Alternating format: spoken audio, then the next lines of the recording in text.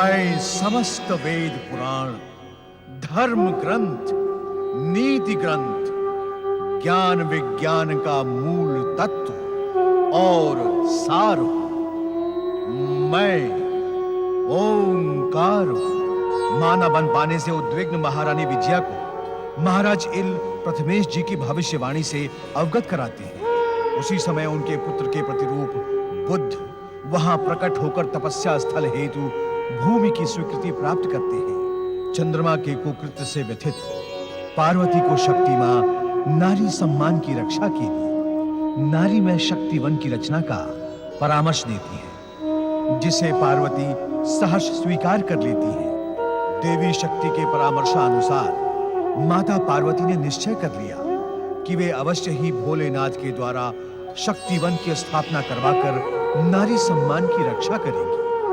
दूसरी ओर भोलेनाथ जब समाधि से जागते हैं तो नंदी को सम्मुख खड़ा देख प्रश्न करते हैं। रात्रि से तुम ऐसे ही खड़े हो नंदी? प्रभु, जब से आपने मेरे सोने और जागने पर संदेह व्यक्त किया है, तब से मैंने ये निश्चय कर लिया है कि रात और दिन, आठों पहर, साठों घड़ी इसी प्रकार मूर्तिवत आपके सम्मुख खड़ा रहूंगा। जिस प्रकार मूर्ति स्थिर खड़ी रहती है, उसी प्रकार मैं भी स्थिर खड़ा रहूंगा। ओम नमः शिवाय। भोलेनाथ, नारद का प्रणाम स्वीकार करें।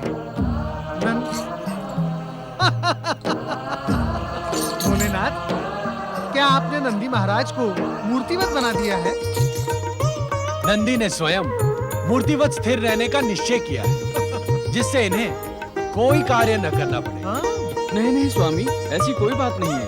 आप कुछ भी कहें भोलेनाथ, मैं अपने निश्चय पर अटल हूँ। अपने निश्चय पर अटल रहना अच्छी बात है नंदी। इससे हमारे अन्य भक्तों को प्रेरणा मिलेगी। नारायण नारायण, आप सत्य कह रहे हैं भोलेनाथ। नारद, आज तुम्हारे मन में कोई प्रश्न नहीं, फिर कैलाश पर आने का कोई विशेष कारण है? नारायण नारायण, मैं प्रश्न ढूंढ ही रहा था भोलेनाथ कि आपने मुझसे प्रश्न कर दिया। अब आपके इस प्रश्न के कारण मेरे मन में भी एक प्रश्न उत्पन्न हो गया। यदि आप आज्ञा दें तो प्रश्न पूछूं? कैसा प्रश्न? हर प्रातः काल माता पार्वती पूजा की थाली लेकर यहाँ आती है, आपके सम्मुख खड़ी होकर आपके आरती उतारती हैं, फिर आपके चरणों पर पुष्प अर्पित करती हैं। वो शक्ति स्वरूपिणी माता पार्वती इस समय यहाँ उपस्थित क्यों नहीं है भोलेनाथ? ये प्रश्न पूछकर तुमने हमें निरुत्तर कर दिया है नारद। हम स्वयं नहीं जानते कि हमें समाधि से जगाने वाली देवी पार्वती अब तक क्यों नहीं आई। तुमने तो मूर्तिवत बने रहने का निश्चय कर लिया है, इसलिए हम तुमसे कुछ कह भी नहीं सकते। अब तो नारद के प्रश्न का उत्तर जानने के लिए स्वयं नारद को ही भेजना पड़ेगा। जो आज्ञा भोलेनाथ। मैं तुरंत माताजी के कक्ष में पहुंचकर देखता हूँ कि उन्हें इतना विलंब क्यों हुआ। नारायण नारायण। मेरा कार्य आपने नारद जी को क्यों दे दिया भोलेनाथ? हमने तो तुम्हारे निश्चय को बल दिया है। अब तुम रात दिन, आठों प्रहर, 60 घड़ी इसी प्रकार खड़े रहोगे, चाहे हम यहाँ हो या ना हो।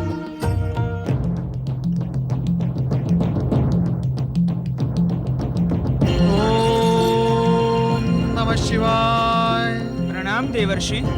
गणेश महाराज, आप अपना गणेश लोक और बुद्धि सिद्धि को छोड़कर यहाँ क्यों उपस्थित हो गए?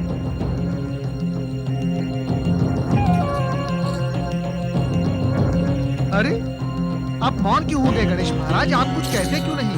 मैं मौन इसलिए हूँ देवर्षि कि आपके प्रश्न का मेरे पास कोई उत्तर नहीं है, और ये कहकर मैंने ये मौन भी तोड़ दिया है। अब आप मुझे ये बताएं कि माता पार्वती कहाँ है? ये विचित्र प्रश्न आप क्यों कर रहे हैं देवर्षि? माताजी भला अपना कक्ष छोड़कर कहाँ जाएंगे? मैं ये प्रश्न इसलिए कर रहा हूँ गणेश महाराज कि मुझे भगवान भोलेनाथ ने माता पार्वती को यहाँ से ले जाने के लिए भेजा है। सावधान देवर्षि, आप उनके कक्ष में प्रवेश नहीं कर सकते। अरे, ये उनकी आज्ञा है। ये आप क्या कह रहे हैं गणेश महाराज? माता पार्वती के पास जाने का समान अधिकार मुझे भी है। मैं स्वयं कक्ष में प्रवेश नहीं कर सकता देवर्षि।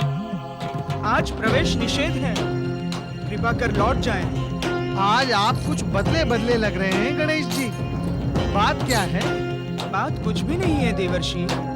माता ने मुझे आज्ञा दी है कि किसी अन्य व्यक्ति को मैं उनके कक्ष में प्रवेश न करने दूं।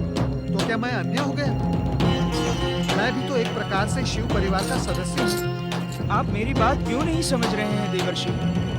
भगवान शिव के अतिरिक्त शिव परिवार के किसी भी सदस्य को आज माता के कक्ष में प्रवेश का अधिकार नहीं है। आप मुझसे वाद विवाद न कीजिए। कृपा करके लौट जाएं। कृपा कर आप मेरी बात तो सुने। मैं कहता हूँ मेरे भीतर प्रवेश करने से माता पार्वती रुष्ट नहीं होंगी। वे आप ही के समान मुझे भी स्नेह करती हैं। यदि आपको मेरी बात पर विश्वास नहीं है तो आप मुझे भीतर प्रवेश करने दें। तो देख ले। आपकी चतुराई मेरे सामने नहीं चलेगी देवर्षि। देवर्षि, मैं आपसे विनती करता हूँ, कृपा करके मुझे आपका अपमान करने पर विवश ना करें। जैसे आए हैं वैसे ही लौट जाएं। माता! देवर्षि, देवर्षि, मैंने आपसे पहले भी निवेदन किया है कि आप मुझे आपका अपमान करने पर विवश ना करें। कृपा करके माता की आज्ञा की अवहेलना ना करें। आपको भगवान शिव की शपथ है। लौट जाएं। भगवान शिव की शपथ? छोटी सी बात से बात शपथ तक पहुंच गई। भोलेनाथ, ये क्या हो रहा है? गणेश जी मेरे साथ इतना रुक्ष व्यवहार क्यों कर रहे हैं? देव ऋषि नारद माता का संदेश लेकर अभी तक नहीं लौटे। मैं जानता हूँ प्रभु, जब तक मैं वहाँ नहीं जाऊंगा माता पार्वती यहाँ नहीं आएंगी। आप मुझे वहाँ जाने की आज्ञा दें भोलेनाथ। अर्थात हमारी आज्ञा के नाम पर तुम अपना दृढ़ निश्चय तोड़ दोगे नंदी? क्या खड़े खड़े तुम्हें थकान हो रही है? थकान का तो प्रश्न ही नहीं है भोलेनाथ। आप ही का अंश मुझ में समाया हुआ है। जब आप समाधि लगाकर नहीं थकते तो हम खड़े खड़े कैसे थक सकते हैं भोलेनाथ? नंदी, जब तुम अपना निश्चय तोड़ ही नहीं सकते तो देवी पार्वती के पास जाने का प्रश्न ही कहां उठता है। ऐसा प्रतीत होता है कि आज देवी पार्वती हमसे रुष्ट है, इसीलिए नारद के मनाने पर भी नहीं आ रही है। भोलेनाथ, भोलेनाथ, यहाँ आने का और माता जी को मनाने का तो प्रश्न ही नहीं उठता। जब आपके सुपुत्र गणेश जी अपने परिवर्तित रूप में वहाँ द्वारपाल बने हुए हों और फिर हमें रोक भी रहे हों, तो फिर माता जी के दर्शन भी दुर्लभ हो जाते हैं भोलेनाथ। श्री गणेश, कैलाश आए मुझे पता भी नहीं चला। हम अभी उनके दर्शन करेंगे और साथ में माता पार्वती को भी ले आएंगे।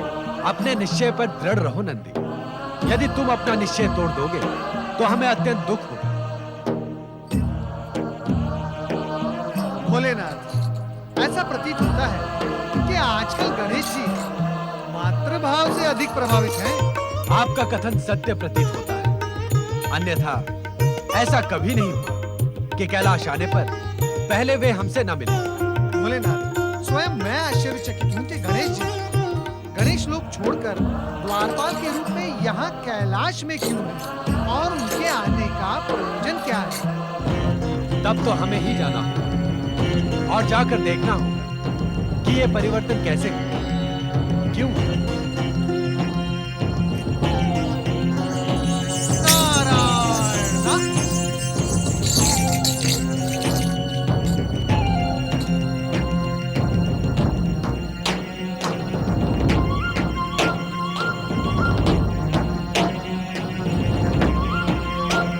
कहाँ है श्री गणेश? अभी तो यहीं थे गणेश महाराज। भोलेनाथ, हो सकता है गणेश जी माता पार्वती के कक्ष में भीतर गए हो। नारद, कहीं तुमने गणेश को स्वप्न में तो नहीं देखा था? नहीं भोलेनाथ, नहीं। मैं पूर्ण जागृत अवस्था में था जब मैंने श्री गणेश को यहाँ देखा था। भोलेनाथ, मैं आपकी शपथ खाकर कह रहा हूँ, मैंने श्री गणेश को यहीं इसी द्वार पर पहरा देते हुए देखा है। वे मुझे माता के कक्ष में अंदर जाने से रोक रहे थे। ये विचित्र लीला की श्री गणेश ने। भोलेनाथ, यदि आपको मेरे कथन पर विश्वास नहीं है तो आप स्वयं जाकर माता पार्वती से पूछ सकते हैं। हो सकता है श्री गणेश अपने माता के पास हो।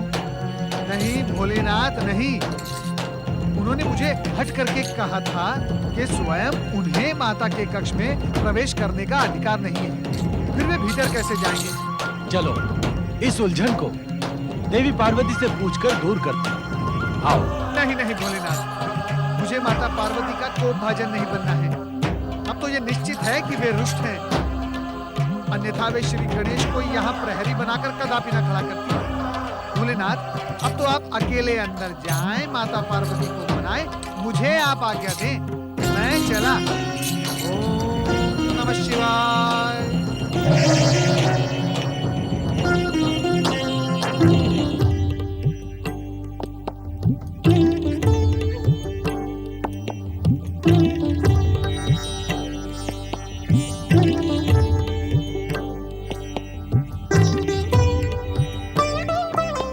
आंखें खोलो देवी, हम आ गए हैं।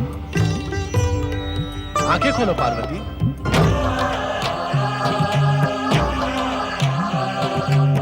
क्या बात है देवी, आज किस बात का हट ठान कर बैठी हो? आंखें खोलो।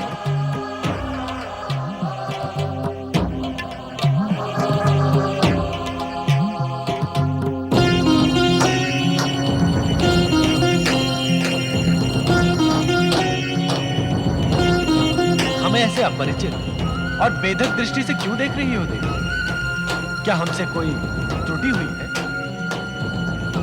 ऐसी निरुत्तर कब तक बनी रहोगी देवी? कुछ तो बोलो।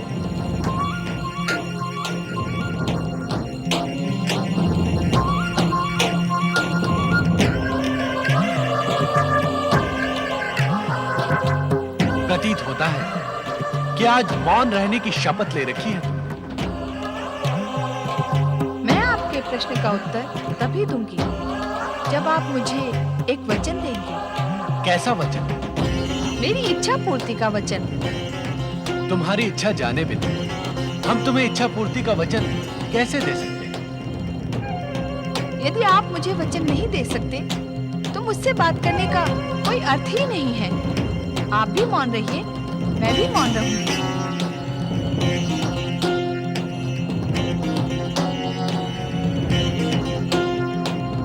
रूठी हुई देवी को मनाना हमें आता है। यदि आप मुझे वचन नहीं दे सकते तो मुझे अकेली छोड़ दें और अपने समाधि स्थल पर जाकर ध्यान लगाएं। नहीं, इस समय हम ध्यान नहीं लगाएंगे। पहले हम तुम्हारा रोष शांत करेंगे। हमें पता तो चले कि तुम किस बात पर रुष्ट हो और क्या कहने से मान जाओगी। आप मुझे वचन देंगे तो मैं मान जाऊंगी। दिया वचन, अब अपनी इच्छा कहो।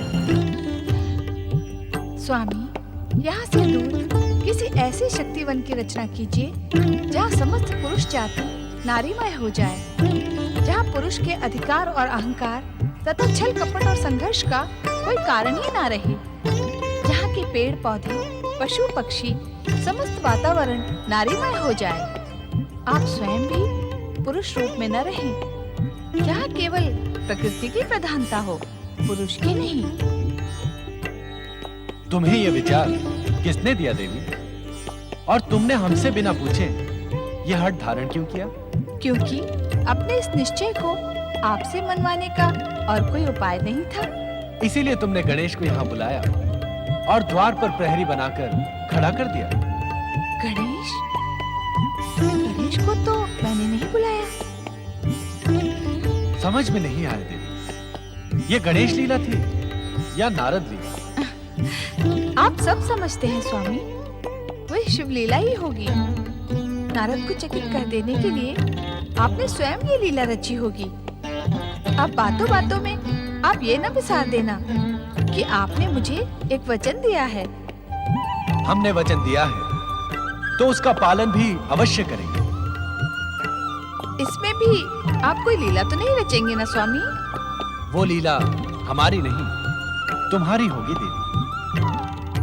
जब शिव और शक्ति अभिन्न है, शिव और शिवा में कोई भेद नहीं। जब हम अवसर आने पर स्वयं को अर्धनारीश्वर रूप में प्रकट करते हैं, तो हम शक्ति वन का निर्माण करके नारी रचना में संकोच नहीं करेंगे। हम तुम्हारी इच्छा को शीघ्र ही कार्य रूप में परिणत करेंगे। उस शक्तिवन के स्थान का चयन भी आप ही को करना होगा स्वामी। अवश्य। तुम्हें वचन देते समय ही हमने उस स्थान का चयन कर लिया था देवी। कहाँ है वो स्थान? मनुपुत्र इक्ष्वाकु वंशी राजा इल के राज्य में काम्यक वन के समीप। वो काम्यक वन जहां अनेकों की इच्छा पूर्ति हो। चलो देवी। स्वामी, नंदी और शिवगणों को बताए बिना ही यहाँ से प्रस्थान करेंगे? उन्हें बताने पर शक्ति वन में क्या एकांत रह पाएगा?